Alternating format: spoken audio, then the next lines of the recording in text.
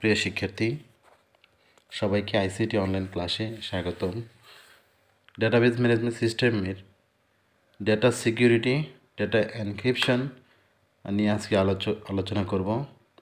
Data security ডেটাবেজে access ও নিয়ন্ত্রণ করাই হলো ডেটা সিকিউরিটি, অর্থাৎ ডেটাবেজে প্রবেশ করা এবং প্রবেশ নিয়ন্ত্রণ করাই হলো ডেটা সিকিউরিটি। কারণ ডেটাবেজে অ্যাক্সেস করার জন্য যথাযথ প্রক্রিয়া বা অনুমোদিত যারা ব্যবহারকারী শুধু যেন তারাই ব্যবহার করতে পারে এবং ডেটাবেজ যেন সুরক্ষিত থাকে, সংরক্ষিত থাকে, এই জন্য নিয়ন্ত্রণ করা হলো ডেটা সিকিউরিটি।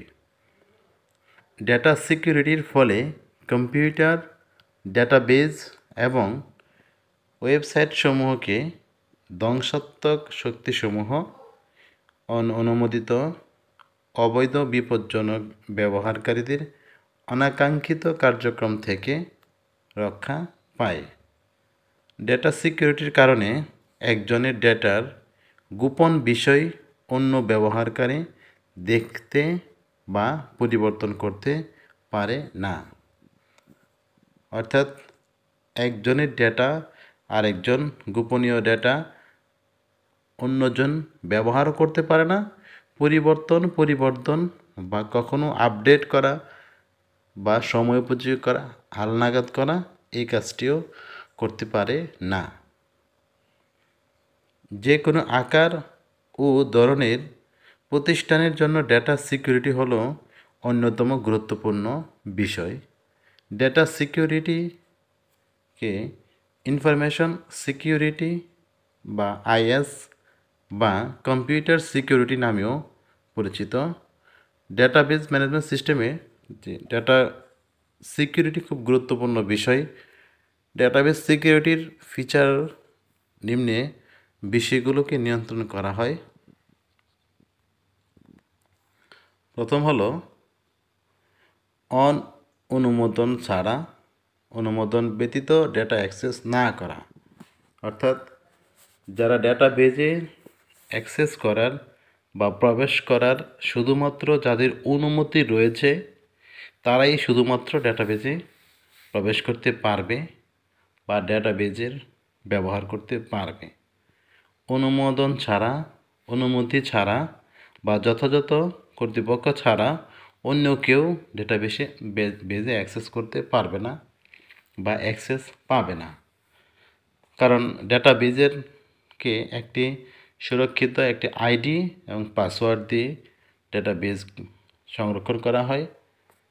ফলে শুধুমাত্র যারা আইডি এবং পাসওয়ার্ড দিয়ে যারা অ্যাক্সেস করতে পারবে শুধু তারাই ডেটাবেজের ব্যবহার করতে পারবে বা তারা অ্যাক্সেস করতে পারবে, অন্য কেউ ডেটাবেজে অ্যাক্সেস করতে পারবে না।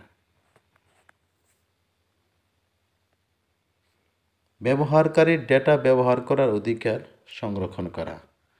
যারা ব্যবহারকারী, যাদের ব্যবহার করতে হবে তারা যেন ব্যবহার করতে পারে, তাদের সে অধিকারটা সংরক্ষণ করা। যখন প্রয়োজন বা যেখানে প্রয়োজন তারা যেন তাদের ডেটাবেজে প্রবেশ করতে পারে এবং ডেটা ব্যবহার করতে পারে, তা নিশ্চিত করাও ডেটা সিকিউরিটির একটি কাজ। ডিস্ক ব্যবহার নিয়ন্ত্রণ করা। কারণ ডিস্ক ব্যবহার যখন তখন বা যে কেউ যেন না করতে পারে সেটা নিরাপত্তা বিধান করাও ডেটা সিকিউরিটির কাজ। সিস্টেম রিসোর্স ব্যবহার নিয়ন্ত্রণ করা। অর্থাৎ যে রিসোর্স পার্সন রয়েছে বা যে রিসোর্সগুলো রয়েছে সেই রিসোর্সের ব্যবহার নিয়ন্ত্রণ করা। ইউজার অ্যাকশন অডিট ও নিয়ন্ত্রণ করা। যে ইউজার রয়েছে বা ব্যবহারকারী তাদের কাজ অডিট করা এবং নিয়ন্ত্রণ করাও ডেটা সিকিউরিটির কাজ।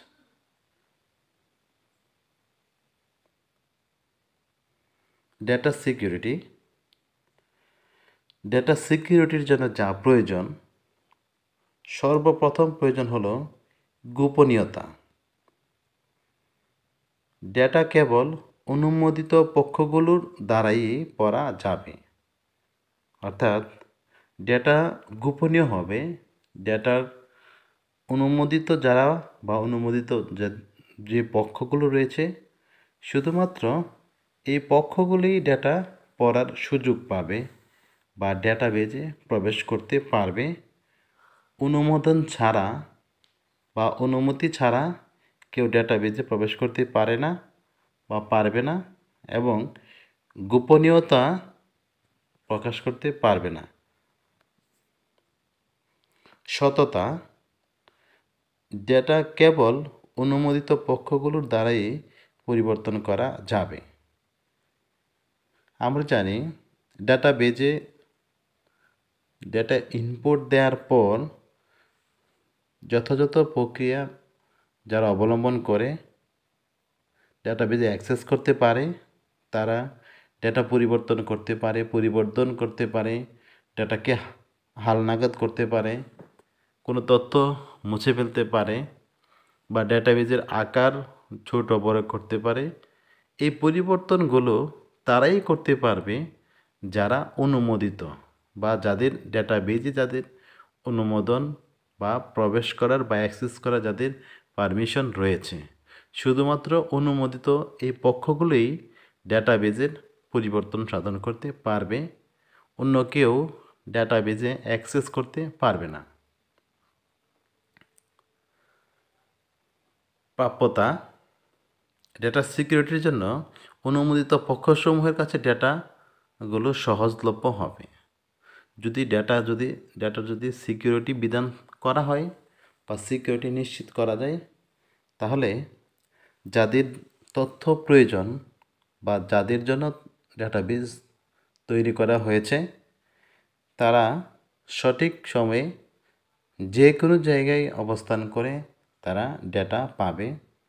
তাদের কাছে সহজলভ্য করার জন্যই মূলত ডেটাবেজ পদ্ধতি ব্যবহার করা, এবং ডেটা সিকিউরিটি করতে গেলে করার সাথে সাথে ডেটার প্রাপ্যতাও নিশ্চিত করতে হবে, যেন যে অনুমোদিত যে পক্ষগুলো রয়েছে এই পক্ষগুলো যেন ডেটাবেজ ব্যবহার করতে পারে, যেন কোনো প্রতিবন্ধকতা ছাড়া বা কোনোভাবে যেন ডেটা ব্যবহার করতে যেন তাদের ব্যাহত না হয়, সেদিকেও খেয়াল রাখতে হবে।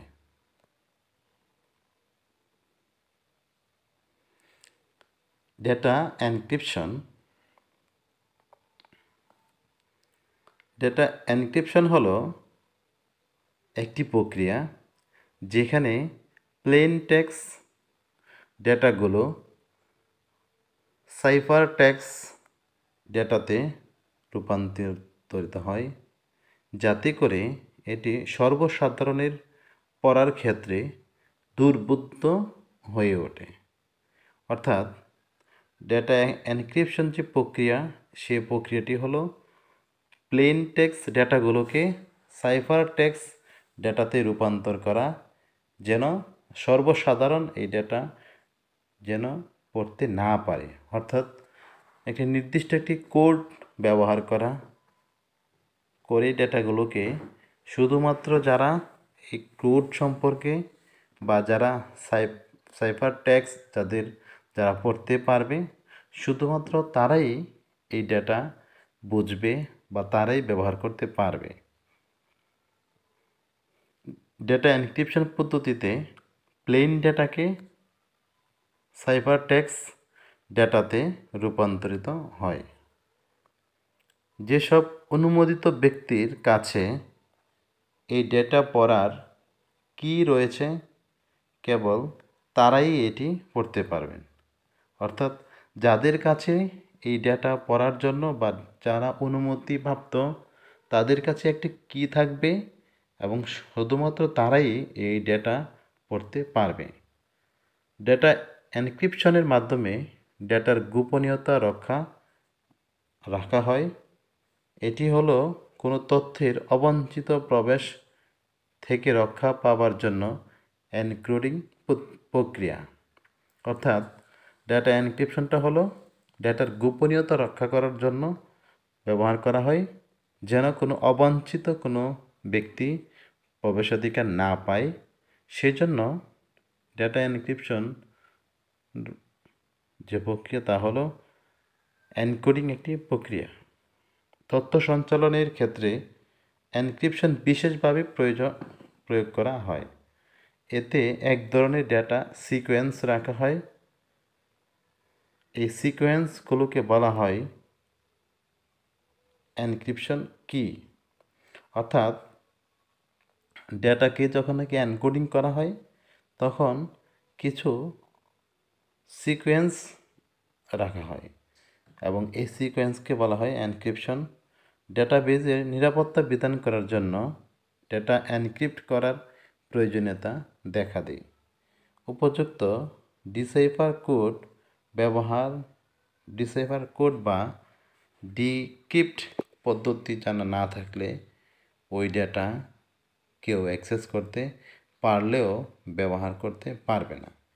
অর্থাৎ ডেটা এনক্রিপশনের যদি করা থাকে তাহলে যদি কেউ ডেটাবেজে যদি কেউ প্রবেশ করতেও পারে বা অ্যাক্সেস করতে পারলেও ডেটা ব্যবহার করতে পারবে না। কারণ হলো ডেটাকে যেহেতু এনকোডিং করা হয় এবং এনক্রিপশনের মূল শব্দটি হলো ডেটাকে একটি কী দ্বারা রূপান্তরিত করা। এনক্রিপ্ট করা ডেটা ব্যবহারের পূর্বে তা ডিসাইফার কোড দিয়ে ডিক্রিপ্ট করে নিতে হয়। অর্থাৎ যে প্লেন টেক্সট থেকে যখন নাকি ডেটাগুলোকে যখন সাইফার টেক্সট করা হয় তখন এই ডেটাগুলোকে এনকোডিং করার ফলে তার একটি বিশেষ একটি কোডে পরিণত হয়। তখন ডিসাইফার কোড দিয়ে ডিক্রিপ্ট করে নিয়ে ডেটাকে পড়তে হয়। ডেটা এনক্রিপশন অধিকারপ্রাপ্ত ব্যবহারকারী এনক্রিপশন পদ্ধতি অনুযায়ী ডেটা বুঝতে সক্ষম হবে। শুধুমাত্র যারা অধিকারপ্রাপ্ত তারাই ডেটা বুঝতে সক্ষম হবে, কেননা অধিকারপ্রাপ্ত ব্যক্তি জানে কোন পদ্ধতিতে এনক্রিপ্ট অর্থাৎ কোড করা হয়েছে। অর্থাৎ যাদের পারমিশন রয়েছে তাদেরকে জানিয়ে দেওয়া হয় যে কোন পদ্ধতিতে ডেটা এনক্রিপ্ট বা কোড করা হয়েছে। সেই লিখিত তথ্য না পড়ে তার কোড ডিসেভার ব্যবহার করে অর্থাৎ ডিক্রিপ্ট করে মূল তথ্য পড়ে নিতে পারে।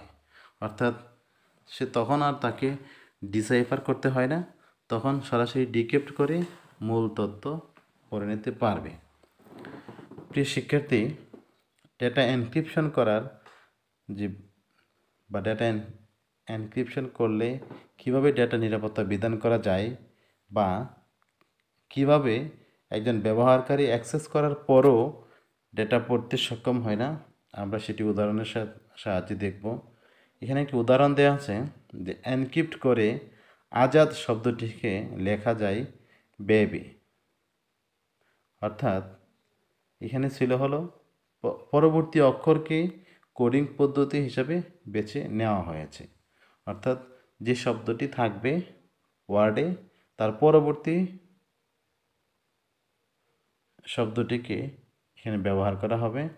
যেমন এ এর পরবর্তী শব্দ হলো বি। আজাদ যে শব্দটি রয়েছে তার প্রথম শব্দ হলো এ। তো এনক্রিপশন করার ক্ষেত্রে এর পরবর্তী অক্ষর বি ব্যবহার করা হলো, জেড এর পরবর্তী অক্ষর এ ব্যবহার করা হলো, কারণ হলো জেড হলো সর্বশেষ অক্ষর, তার পরের অক্ষরটি হলো আবার শুরু থেকে আবার এ, এবং ডি এর পরবর্তী অক্ষর ই। অর্থাৎ এ এর পরিবর্তে বি, যেমন যেটা আজাদ এর এ এর পরিবর্তে বি, তারপর জেড এর পরিবর্তে হলো এ, তারপর এ এর পরিবর্তে হলো বি এবং ডি এর পরিবর্তে হলো ই। কাজেই বি এ বিই থাকলে ডিক্রিপ্ট করে বুঝতে হবে সেটি আসলে আজাদ।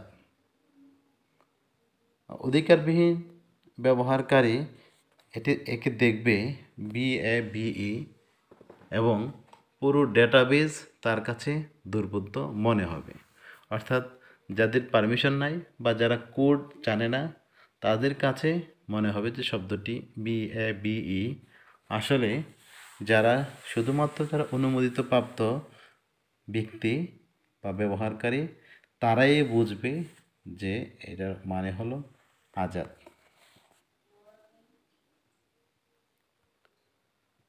ডেটা এনক্রিপশনের ব্যবহার গোপনীয় ডেটাকে সুরক্ষা দিয়ে অন্যের চোখে পড়া বা অন্যের অ্যাক্সেসকে নিয়ন্ত্রণ করার জন্য সাধারণত ডেটা এনক্রিপশন করা হয়। এই ক্ষেত্রে এটি সর্বক্ষেত্রেই হতে পারে। অর্থাৎ ডেটাকে সুরক্ষা দিতে এবং অন্যের চোখে পড়া বা অন্যের অ্যাক্সেস নিয়ন্ত্রণ করার জন্য সাধারণত ডেটা এনক্রিপ্ট করা হয়। অর্থাৎ অন্যের চোখে পড়া, যদি কেউ অ্যাক্সেস করতেও পারে তারপরেও যেন সে না পড়তে পারে এবং অ্যাক্সেস যেন নিয়ন্ত্রণ করা যায় সেই জন্য ডেটা এনক্রিপশন করা হয়। ক্লায়েন্ট এবং গোপনীয় প্রাতিষ্ঠানিক ও আর্থিক তথ্যাদি প্রেরণ ব্যাংকগুলোতে এনক্রিপশন ব্যবহৃত হয়। অর্থাৎ যে যারা ক্লায়েন্ট রয়েছে এবং গোপনীয় প্রাতিষ্ঠানিক এবং আর্থিক তথ্যাদি প্রেরণের ক্ষেত্রে এই ব্যাংকগুলোতে এনক্রিপশন পদ্ধতি বা এনক্রিপশন ব্যবহার করা হয়।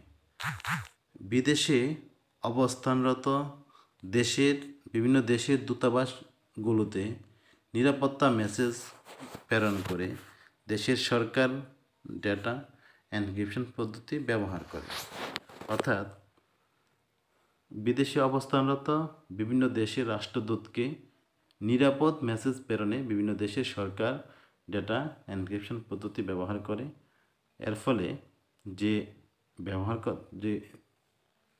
দূতাবাসের তথ্য প্রেরণ করা হলো সে দূতাবাসের অনুমোদিত ব্যক্তি ছাড়া আর কারো পক্ষে এই ডেটা পড়া সম্ভব না। যদি অ্যাক্সেস করতেও পারে তারপরও এই ডেটা পড়তে পারবে না। সেই জন্য বিদেশে অবস্থানরত কোনো দেশের রাষ্ট্রদূত বা দূতাবাসকে নিরাপদ মেসেজ পাঠানোর জন্য ডেটা এনক্রিপশন করা হয়। গোপন যোগাযোগের জন্য সামরিক বাহিনী সহ বিভিন্ন গুরুত্বপূর্ণ রাষ্ট্রীয় সংস্থাগুলোতে ডেটা এনক্রিপশন পদ্ধতি ব্যবহার করা হয়। অর্থাৎ গোপনীয় যোগাযোগ, যে যোগাযোগের যদি ব্যবহারকারী না চায় যে অন্য কেউ এই যোগাযোগের বার্তা বা মেসেজ বা তথ্য না বুঝুক, তখন ডেটা এনক্রিপশন করে সাধারণত সামরিক বাহিনী সহ বিভিন্ন রাষ্ট্রীয় গুরুত্বপূর্ণ সংস্থাতে ডেটা এনক্রিপশন পদ্ধতি ব্যবহার করা হয়ে থাকে। অধিকাংশ ইমেইল প্রোগ্রাম ডেটা প্রেরণ ও গ্রহণের ক্ষেত্রে ডেটা এনক্রিপশন প্রদান করে যাতে কোনো তৃতীয় পক্ষের দ্বারা ইমেইলগুলো পড়া সম্ভব না হয়। অর্থাৎ ইমেইল প্রোগ্রামের ক্ষেত্রে ডেটা এনক্রিপশন করা থাকে যেন অন্য কোনো পক্ষ যদি অ্যাক্সেস করতেও পারে তারপরও যেন তার দ্বারা ইমেইলগুলো যেন পড়া সম্ভব না হয়। যে সমস্ত সাইটে ব্যবহারকারীদের ব্যক্তিগত তথ্যাদি যেমন ঠিকানা ও ক্রেডিট কার্ড নাম্বার ইত্যাদি নিয়ন্ত্রণ করা হয়, সাধারণত সেক্ষেত্রে সাইটে ডেটা এনক্রিপশন ব্যবহৃত হয়। অর্থাৎ যে গুরুত্বপূর্ণ তথ্য যাদের রয়েছে বা যে সমস্ত সাইটে ব্যবহারকারীদের ব্যক্তিগত তথ্য রয়েছে ঠিকানা এবং ক্রেডিট কার্ড নাম্বার ইত্যাদি নিয়ন্ত্রণ করে হয়ে থাকে এনক্রিপশন পদ্ধতির মাধ্যমে। কারণ যারা শুধুমাত্র যাদের কোড জানা আছে শুধু তাদের দ্বারাই এই ডেটাবেস পদ্ধতি ব্যবহার করা সম্ভব।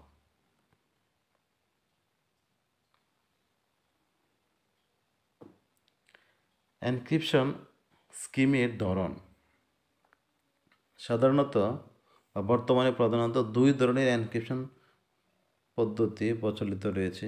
এগুলো হলো সিস্টেমিক এনক্রিপশন বা সিক্রেট কি এনক্রিপশন এবং আরেকটি হলো অ্যাসিমেট্রিক এনক্রিপশন বা পাবলিক কি এনক্রিপশন। আমরা সিমেট্রিক এনক্রিপশন বা সিক্রেট কি এনক্রিপশন সম্পর্কে জানব। এই সিক্রেট কি এনক্রিপশন বা সিমেট্রিক এনক্রিপশন হলো এই এনক্রিপশন স্কিমে এনক্রিপশন ও ডিক্রিপশন কিগুলো একই থাকে, অর্থাৎ যে এনক্রিপশন কি এবং ডিক্রিপশন কি থাকবে হলো একই বা সেম। এক্ষেত্রে যোগাযোগের পূর্বে অবশ্যই উভয় পক্ষকে অবশ্যই একটি গোপন কি এর বিষয়ে সম্মতিতে আসতে হয়। অর্থাৎ এই পদ্ধতিতে যে দুই পক্ষ রয়েছে বা যাদের মধ্যে তথ্যের আদান প্রদান হবে তাদের মধ্যে অবশ্যই গোপনীয় যে কিটা রয়েছে বা যে গোপন কি রয়েছে সেই বিষয়ে অবশ্যই তাদেরকে একটি সম্মতিতে আসতে হবে এবং দুই পক্ষ মিলে একটি কোড তৈরি করতে হবে। এটি কনভেনশনাল এনক্রিপশন নামেও পরিচিত। এক্ষেত্রে শক্ত এনক্রিপশন অ্যালগরিদম ব্যবহার করতে হয়। ডেটা প্রেরণ ও গ্রহণকারীদের অবশ্যই তাদের গোপন কিটিকে নিরাপদে রাখতে হয়, অর্থাৎ যাদের ব্যবহার করার অধিকার রয়েছে তাদের এই ডেটা যে কি বা গোপন যে কি রয়েছে সেটি অবশ্যই নিরাপদে রাখতে হয়, নতুবা এই কি বাইরে কারো দ্বারা প্রকাশ করা হলে উক্ত কি ব্যবহার করে সবগুলো যোগাযোগ পাঠযোগ্য হয়ে যাবে। অর্থাৎ যে কি ব্যবহার করা হয়েছে সে কেউ যদি অন্য কেউ যদি জানতে পারে বা যারা জানতে পারে তারাই যেহেতু এই ডেটা বেস পড়তে পারবে, সুতরাং এই ডেটা যে গোপন কি তা নিয়ন্ত্রণ করতে হয়। আমরা এখানে ছবিতে দেখতে পাচ্ছি প্রথম ধাপটি হলো select key shared by sender and recipient. এখানে তার প্রথম রয়েছে হলো প্লেন টেক্সট ইনপুট, তারপর হলো এনক্রিপশন অ্যালগরিদম এবং এখানে select key shared by sender and recipient, তারপর হলো ট্রান্সমিটেড সাইফার টেক্সট, তারপর হলো select key shared by sender and recipient, তারপর হলো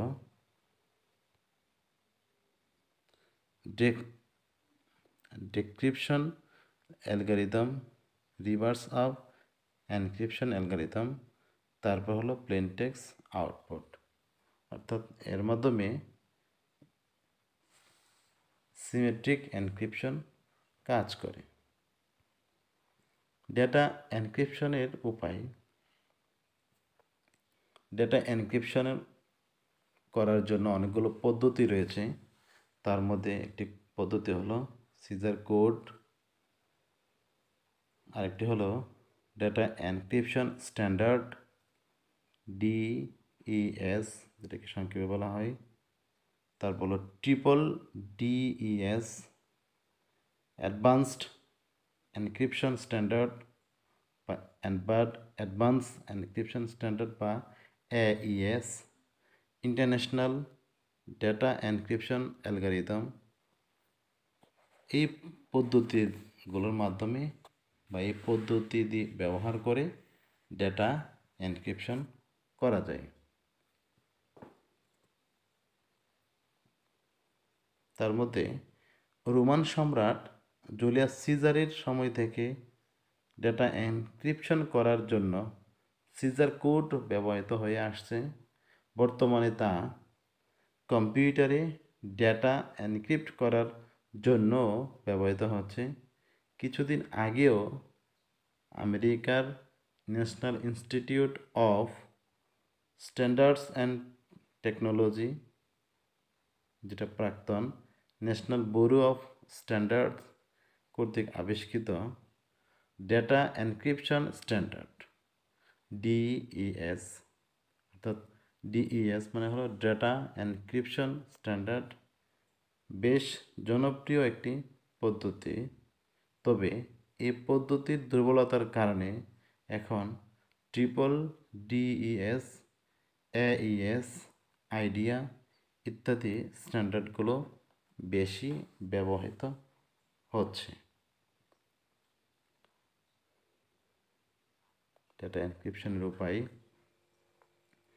প্রিয় শিক্ষার্থী, আমরা আজকের ক্লাসের শেষে চলে এসেছি। তোমরা সবাই ভালো থেকো, সুস্থ থেকো। সবার জন্য অনেক অনেক শুভকামনা। আর তোমাদের সবাইকে ঋতুরাজ বসন্তের শুভেচ্ছা।